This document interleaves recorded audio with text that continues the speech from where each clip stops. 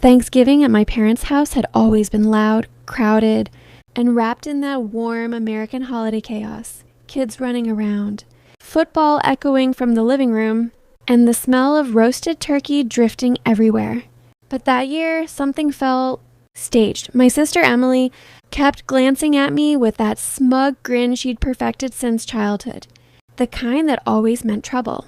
When everyone finally sat, she stood up dramatically, tapping her spoon against a glass as if she were announcing Oscar winners. "I have something exciting to share," she said, glowing like she'd won a prize.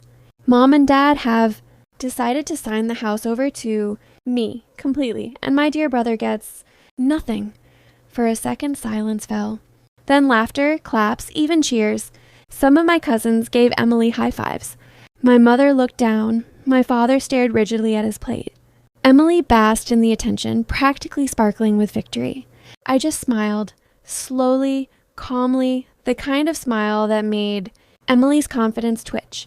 I leaned back and said, "Dad, should I tell them, or will you?"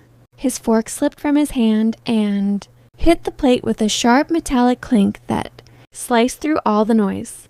Emily's grin cracked. "Tell us what?" She snapped, her voice pitching higher. Everyone stared at me now. And in that moment, I knew I finally had their undivided attention. This wasn't just payback. This was the moment the truth would flip their perfect little script upside down. I took a breath and began the story they never expected, one that had started months earlier, long before Thanksgiving, long before Emily ever thought she could take everything and leave me with nothing. And this is where the real revenge begins. Not with shouting, not with fighting, but with a plan built quietly, patiently, while everyone cherished the illusion that Emily was the chosen one. "All right," I said. "Let's rewind." It started the night I rushed Dad to the hospital after he collapsed in the driveway while fixing the porch light. Emily wasn't there. She didn't answer Mom's calls. She only texted hours later, "Busy, keep me updated."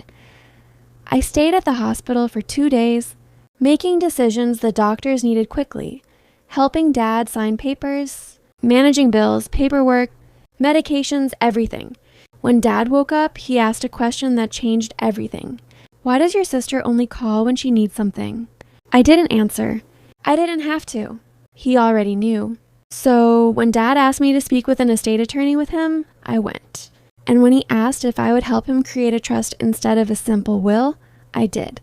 Emily had no idea. She thought the world revolved around her spotlight moments, like this Thanksgiving announcement. The truth was simple. The house wasn't being signed to her.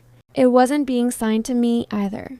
Dad had moved the property into a trust that she couldn't touch, not without my approval as co-trustee. And Dad had insisted on one additional detail. If Emily ever tried to force ownership, sell the home, or push Mom out, she'd legally lose access to every benefit the trust offered. Emily didn't know any of this because Dad didn't want drama. He wanted protection. Protection from manipulation, favoritism, and entitlement. And tonight, at the Thanksgiving table, with everyone cheering her on, she was about to discover she'd been celebrating an illusion. I could feel the tension at the table rising like a storm. Everyone leaned closer. Emily's eyes darted from me to Dad. "Tell us what?" she demanded again, louder this time. I smiled, not mocking, not cruel, just calm. "Dad didn't sign the house to you," I said. Gas rippled around the table. Emily's cheeks flushed red. "You're lying," she shouted. Dad finally looked up, his face tired but firm. "He's not lying, Emily. The house isn't yours." And just like that, her entire performance collapsed. Emily shot to her feet. "Are you kidding me? After everything I've done for this family?" Everyone looked around awkwardly because we all knew what she'd done. Show up for photos, brag about being the favorite, and disappear the second anything inconvenient happened. Dad cleared his throat. "Emily, you weren't here when it mattered. Your brother was, and this house isn't a prize. It's our home. It needs protecting." Mom nodded softly. Emily looked like she'd swallowed fire. "So what, he gets the house?" she screeched. I shook my head. "No one gets the house. It's in a trust. I'm co-trustee. We make decisions together, and you can't force a sale or throw Mom out. Legally, you can't touch it unless you act. Like family, not competition. The room was so quiet you could hear the football. Commentators in the background. Emily stared at me with pure disbelief, realizing her victory speech had been built on quicksand. "Why didn't anyone tell me?" she whispered. Dad sighed. "Because you don't listen. You announce." "There's a difference." She sank back into her chair, speechless for the first time in her life. And that was the real revenge. Not destroying her, not humiliating her, but forcing her to face the truth she'd been running from. Entitlement has consequences. The hook had landed. The truth had detonated. And for once, Emily wasn't the center of attention. Accountability was. I raised my glass. "Now that we're all caught up," I said, "can we eat?" Laughter finally broke the tension. Even Dad cracked a smile. Emily stayed quiet, processing everything. And that night, something changed. She finally realized that families aren't trophies. And homes aren't rewards. They're responsibilities.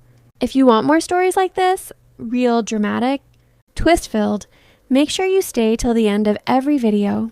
You never know when the next twist will drop.